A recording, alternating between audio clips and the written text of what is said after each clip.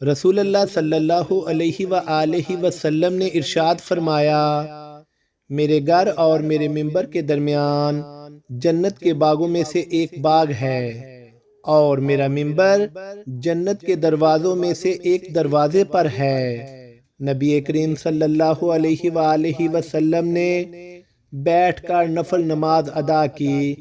ام المومنین سیدہ حفصہ رضی اللہ عنہا بیان کرتی ہیں کہ میں نے رسول اللہ صلی اللہ علیہ وآلہ وسلم کو کبھی بھی بیٹھ کر نفلی نماز ادا کرتے ہوئے نہیں دیکھا، یہاں تک کہ نبی کریم صلی اللہ علیہ وآلہ وسلم کی وفات سے 1 سال قبل آپ صلی اللہ علیہ وآلہ وسلم نفلی نماز بیٹھ کر ادا کرنے لگے۔ آپ صلی اللہ علیہ وآلہ وسلم کوئی سورت بھی پڑھتے تو اس سورت کو قدرے ٹھہر ٹھہر کر پڑھتے کہ وہ سورت لمبی سے لمبی تر ہو جاتی۔